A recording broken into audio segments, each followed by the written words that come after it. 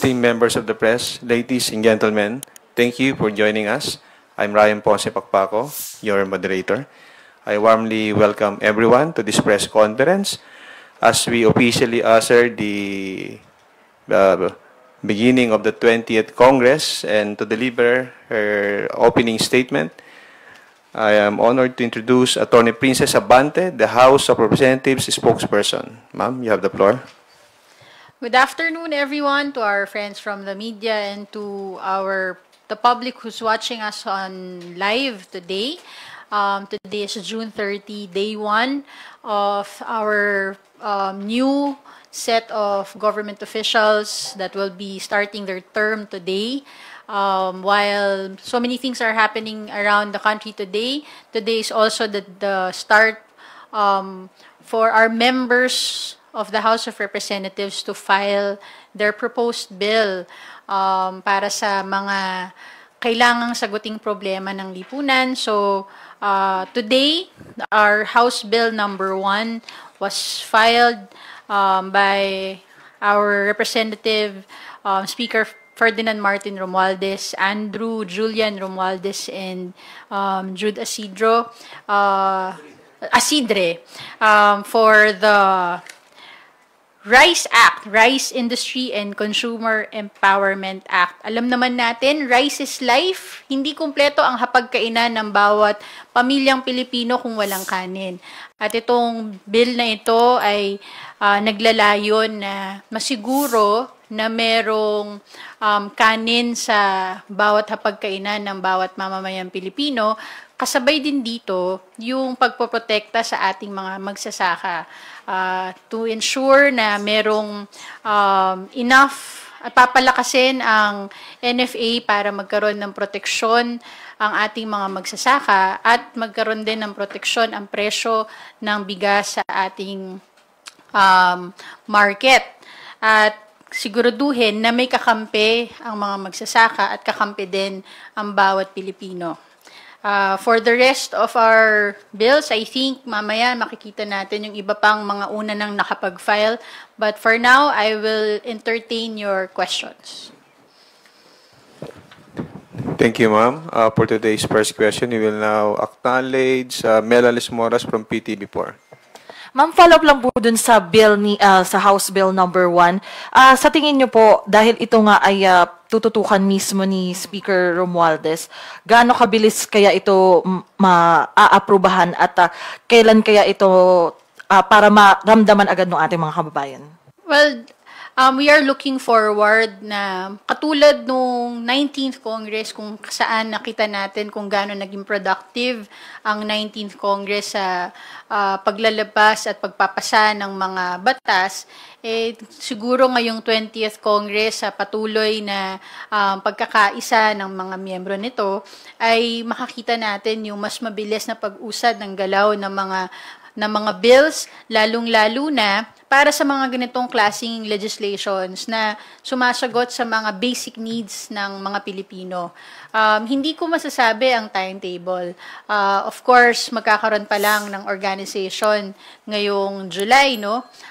Pero alam ko na tingin ko naman walang kokontra na magkaroon ng affordable na kanin para sa ating mamamayan. Lalong-lalo na, ito din ay pagsulong sa polisiya ng ating Pangulo, Presidente Bongbong Marcos, na magkaroon ng murang pagkain, yung food security para sa ating mamamayan. We are looking forward to working with the rest of the members of the House of Representatives in the 20th Congress, along with agencies, the appropriate agencies to discuss ano yung mga kailangan pag-usapan para mas strengthen at mas mapaganda pa itong bill na ito. Okay. Ma'am, last na lang from my end, since today nga ang dami nang nag-file din ng bills sa sisimula ng 20th Congress. And nababanggit na ever since na yung isa sa mga tinuturing na most important piece of legislation yung panukalang pambansang pondo. May statement lang po si Speaker recently about some open BICAM proposal. Can you just please elaborate? Yes, definitely. Speaker Martin Romualdez welcomes yung open bycam na maging transparent sa lahat yung proseso ng pagbalangkas ng ating pagsasaayos at pag-aaproba ng budget ng ating bansa. Kahit naman na noong mga previous congresses, naging layunin na rin ng House of Representatives, especially under the leadership of Speaker Martin Romualdez, yung mga taon na binabalangkas yung budget na maging transparent. Kaya nga open sa lahat ng pagpapanood ng mga committee hearings. Lalong-lalo na ngayon, we are looking forward na magkaroon ng enough na suporta para mabuksan ang BICAM para lahat ay makikita yung buong proseso. Thank you, Mela. Tina Pangariban Perez from GMA7 is now recognized. Good afternoon po, ma'am. Ma'am, it's now the 20th Congress. Will the House comply with the impeachment court's second requirement, yung pong certification, na willing and interested pa rin ang House to pursue the impeachment? Well, nag-start today yung terms ng mga members ng House of Representatives under the 20th Congress, pero yung actual na opening ng 20th Congress ay hindi pa nangyayari. Definitely, tutugunan ng House yung kanilang tungkulin. Natugunan na rin ang House ang kanilang tungkulin sa proseso ng impeachment sa pag-transmit. Nasa prosecution panel na yung kumpleto pa ng iba pang mga kailangan isumite dun sa orders ng Senate. Sinabi naman na din ng members ng House Prosecution Panel na dun sa mga orders ng impeachment court, susundin naman nila sa tamang panahon. Ma'am, yung sa election po ng prosecutors, do you know the timetable? Wala pa akong information tungkol dyan. I would assume pagka nag-open na ulit yung 20th Congress. Thank you po. Thank you, Tina. Dwight De Leon from Rappler is next. Hello po, good afternoon. In light po of the COMELEC decision today, denying the motion for reconsideration of Joey Uy, who will the House recognize as Congressman of Manila 6th District? Okay. I will answer according to my legal knowledge because I don't want to sound biased, of course. No, we received the decision of the COMELEC and Bank today. From my understanding, the decision will reach its finality 5 days after the promulgation of the decision. Dun pa lang mapoproklama yung declared winner under today's decision. So it will really be up to the House. I have no information on ano yung magiging current status as of now because of the decision. But with the decision stating na with finality, that decision will be the current status quo, I would assume, no? Pero I would have to check pa more on the legal side and of course to check also with the legal ng House on how they will handle the status quo situation with the new decision. Would you know lang po, based siguro on preliminary information, if the HREP, the tribunal will take over the case? May ganun na po ba kayong there's as spokesperson of the House? Okay. Wala pa kasing HRET as of now. Hindi pa nakakapag-organize. So, as spokesperson of the House, I can only state na wala pang HRET na na-organize. But there's a jurisprudence that states, Uy versus COMELEC, that states that HRET's jurisdiction arises when three things occur. Number 1, proclamation. Number 2, taking of oath before the speaker in open session and assumption. So that happens on July 28. since wala pang HRET jurisdiction, COMELEC still has jurisdiction over questions on congressional controversies. So yung view po na ina-adopt niya rin is that nag-commence lang yung term ng mga kongresista ngayong araw, but they will assume their office on July 28. Ganun Not po. necessarily. We are talking about when jurisdictions of the two bodies acquire. So, COMELEC loses jurisdiction once HRET acquires jurisdiction. And when does HRET acquires jurisdiction? Dapat pag nag-concur na yung three things, which includes the taking of oath before the speaker in open session, which usually takes place on the morning of SONA. Thank you po. Thank you, Dwight. Bibian Gulia from ABS-CBN2. Good afternoon. Good afternoon, attorney. Sir, ma'am, clarification lang po. You did mention that sa orders ng impeachment court, susundin sa tamang panahon. Will it be accurate to say that the House of Representatives will issue a resolution na itutuloy po yung prosecution laban kay Vice President Duterte? I cannot speak on something that is yet to happen on the 20th Congress. Hindi pa siya nagsisimula. But the House maintains its position that under the Supreme Court, ang mandato ng saligang batas sa impeachment court is to try and decide. So, dapat tuloy-tuloy ang proseso, tuloy-tuloy ang trial hanggang matapos ito. So, yun lang yung kaya kong sagutin sa ngayon. And then given the current composition of the House of Representatives, are we expecting any changes when it comes to the prosecution po sa impeachment? I think may previous announcements before on the inclusion of other public prosecutors. But again, I cannot make any statements until that has been done in the plenary, which will start on July 28th. Thank you, BBN. Marian Enriquez from TV5 is next. Good afternoon po, attorney.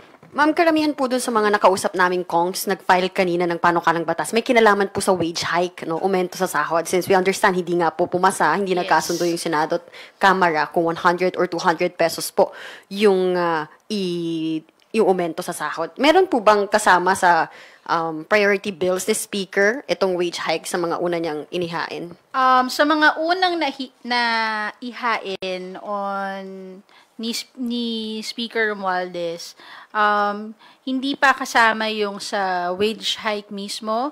Kasama dito yung RISE Act, yung Strengthening of the Universal Healthcare Act, the bill for the Philippine Center for Disease Prevention and Control Act.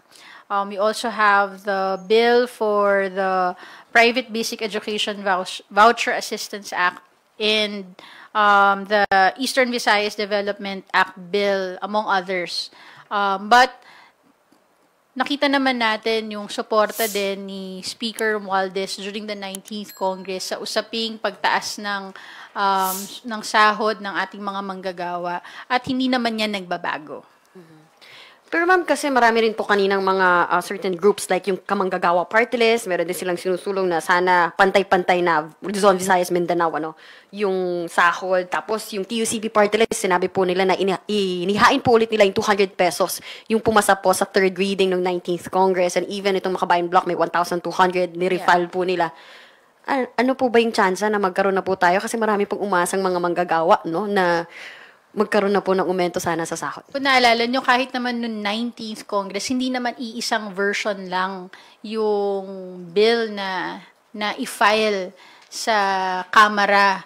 Marami ding versions yan. At kasama doon yung patuloy na pag-uusap at konsulta sa mga labor groups, sa mga miyembro ng House of Representatives, sa various government agencies para masiguro na kayang ipatupad to. We expect na ganun pa rin ang mangyayari ngayong 20th Congress, yung mas magpatuloy yung diskusyon at consultations.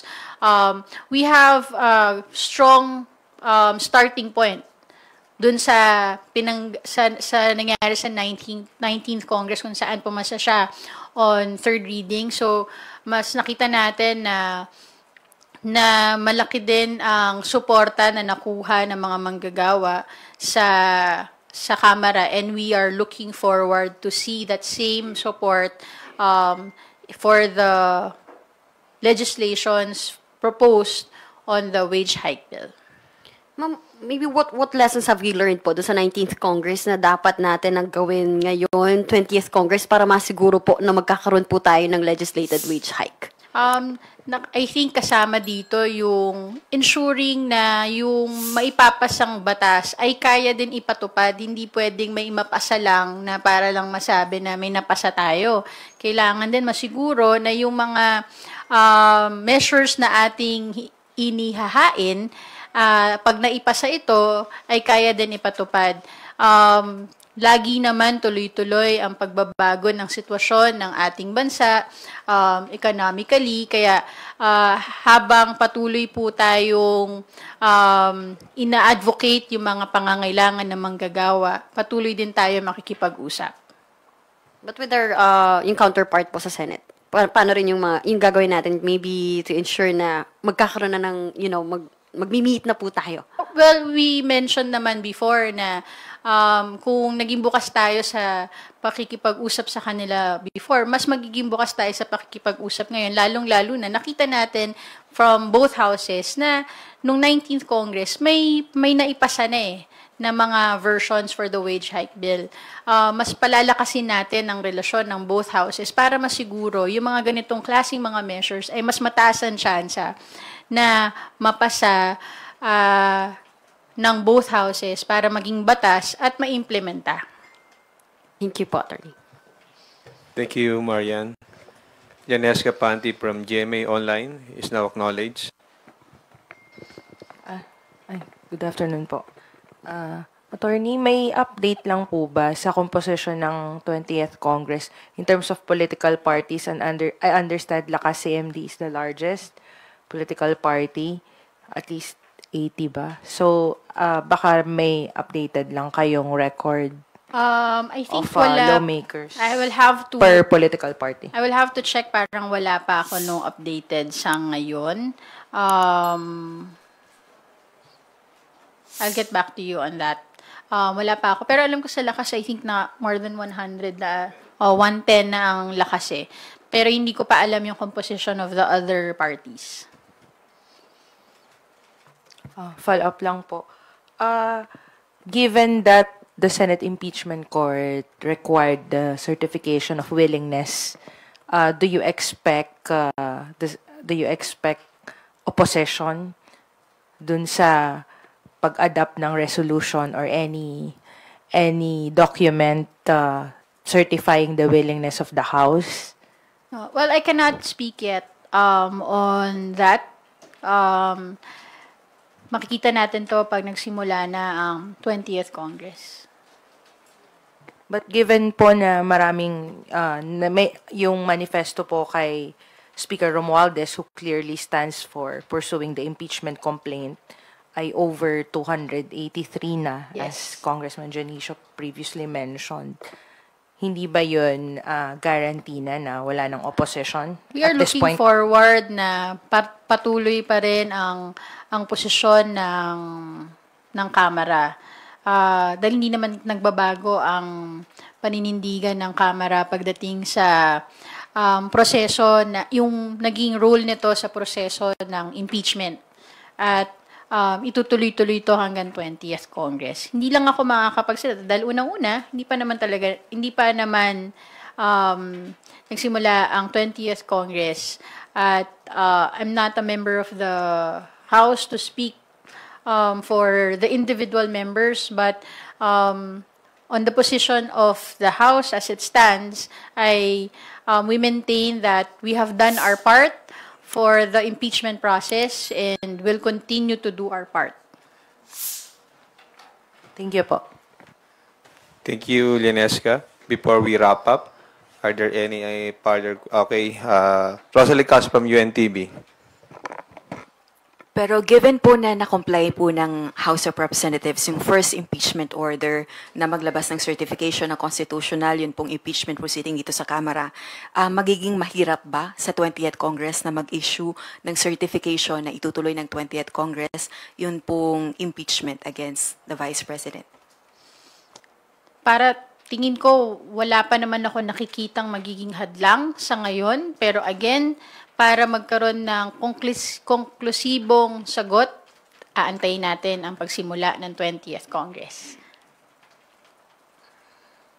Regarding naman po sa bills and resolutions, since it's the first day of work para po sa mga uupo o mga uupong kongresista sa 20th Congress, nagkaroon po ng pag-igting ng tensyon sa pagitan po ng dalawang kapulungan ng Kongreso dahil sa issue ng impeachment. Maaapektuhan po ba yung pagpasa ng mga panukalang batas sa 20th Congress given the situation at lalo na po at magiging kung matutuloy ang impeachment trial ay may isa pang tatrabahuhin ang mga senador bukod po dun sa mga panukalang batas? Hiwalay naman ang trabaho at tungkulin ng mga mambabatas dun sa pagpasa ng batas tsaka dun sa impeachment process.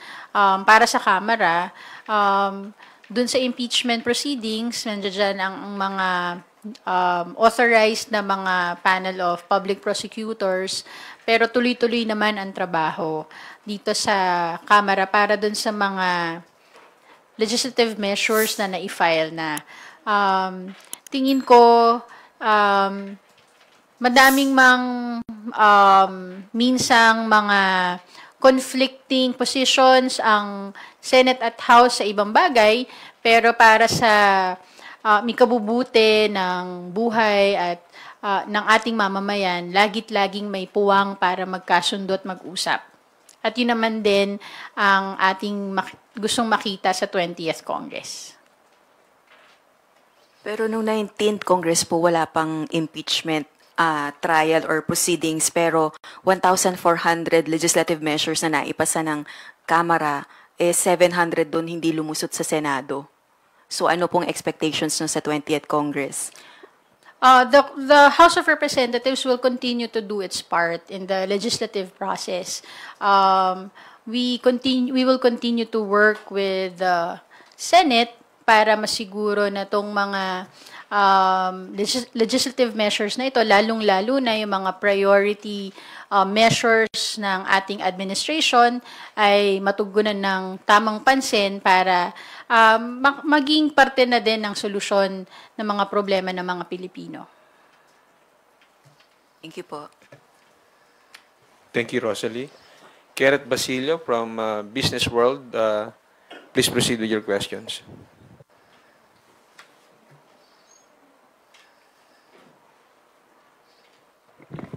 Hello po, magandang hapon.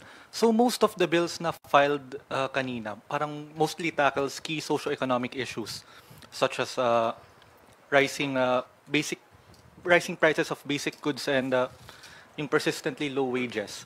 Why do you think na ganito yung composition ng mga bills that was filed today? Could you describe why po? Bakit naging ganon sa tingin nyo? Nakikita naman natin na tuloy pa rin ang pangangailangan ng ating mamamayan na maging affordable ang mga basic needs at kaya nilang they can afford these basic needs. You have to remember our lawmakers are representatives of their constituents, so sila nakakaalam kung ano yung sitwasyon sa kanilang mga distrito. Maaring yun yung mga dahilan para dito. Pero maliban dyan, marami din tayong mga nakitang mga bills that were filed that will address national security, pabahay, healthcare, I think mga economic bills that will create various economic zones. So, nakikita natin yung iba't ibang holistic approach ng mga miyembro ng House of Representatives para matugunan yung mga pangangailangan ng ating mamamayan. And we're looking forward na mas marami pa in the next coming days na mafo-file at pag matutugunan yan once na mag-start ang organization para mapag-usapan na sa mga appropriate committees. Okay, follow-up lang po. Ilang bills na po yung na-file so far? Yan, hindi ko pa yan masasagot kasi I think ongoing pa yan hanggang ngayon. Wala pa ako nung actual count as of now. We could probably check on that later. Thank you, Kenneth. Before we move forward, are there any other questions or clarifications from the media? If there are none, we will now proceed with the closing statement of Attorney Abante. Thank you very much again for taking the time to be with us today on the first day of the terms of our members of the House of Representatives. We are looking for productive 20th Congress. And I hope that you will continue to be with us para mapaalam pa natin sa publiko ang trabaho at mga ginagawa ng Kamara para sa ating mamamayan. Maraming salamat at magandang hapon. Thank you, Attorney Princess Abante, House of Representatives spokesperson, for joining us today. To everyone, magandang tanghali po at welcome sa 20th Congress.